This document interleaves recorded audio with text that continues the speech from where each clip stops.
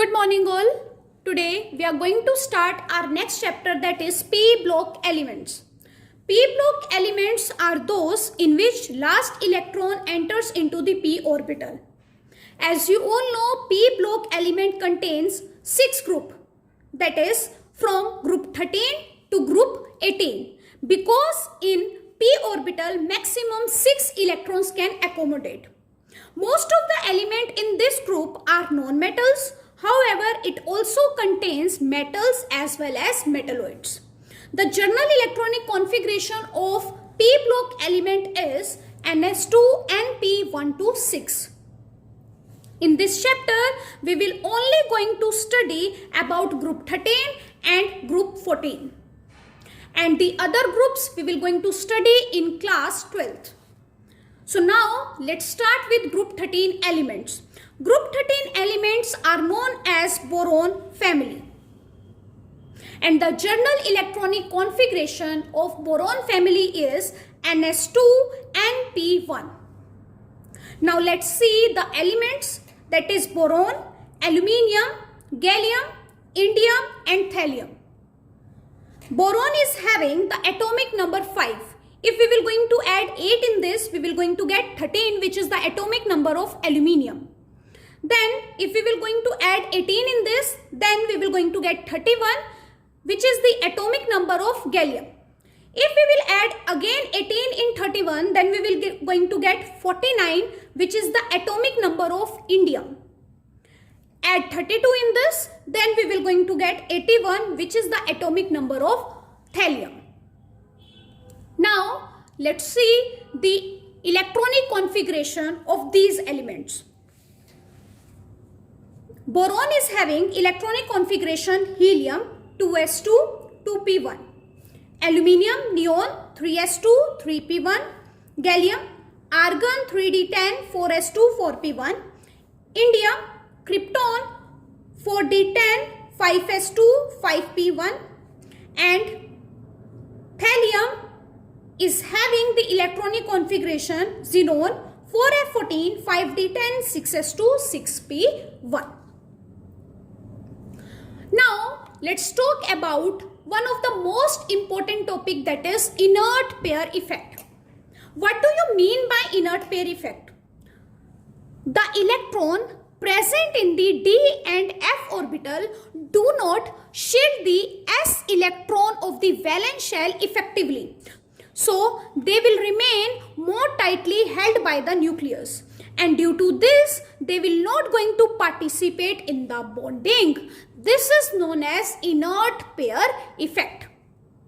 Now if we will study about the oxidation state, boron and aluminium has +3 oxidation state. But as we will move down the group, the stability of +3 oxidation state will decrease and the stability of +1 oxidation state will increase. This is due to inert pair effect.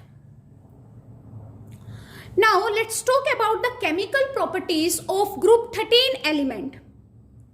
When group 13 element react with oxygen, it will going to form E2O3 type of oxide.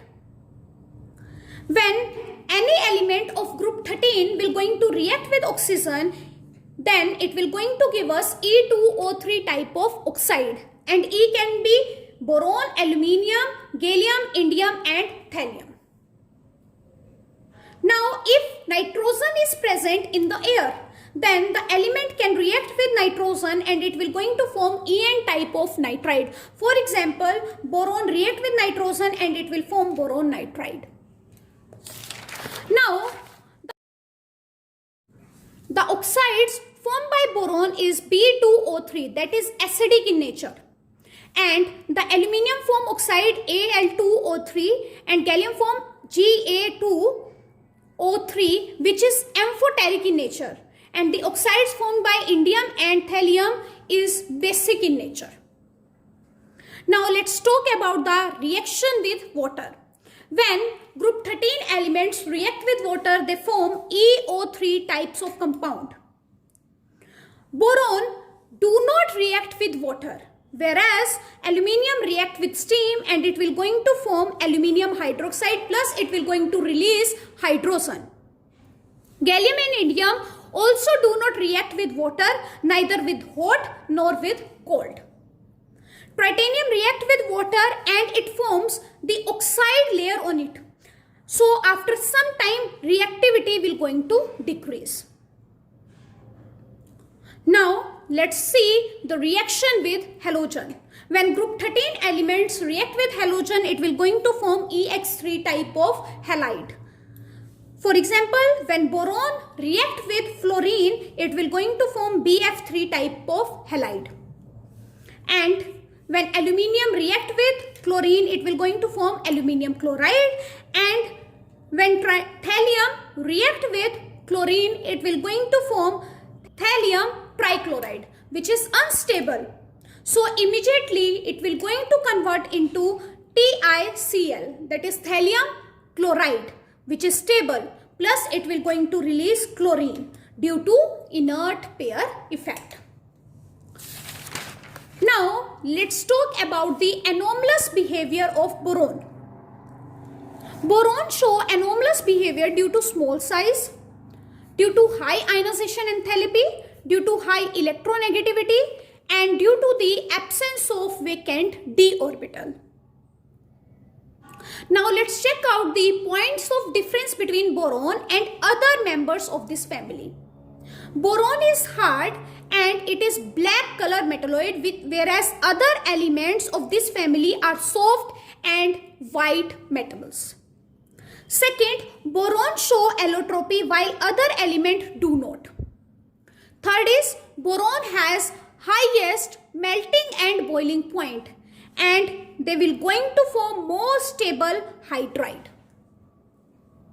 Fourth is boron form only covalent compound due to small size and other member form ionic and covalent compounds. Boron showed diagonal relationship with silicon. So let's see what are the similarities between boron and silicon.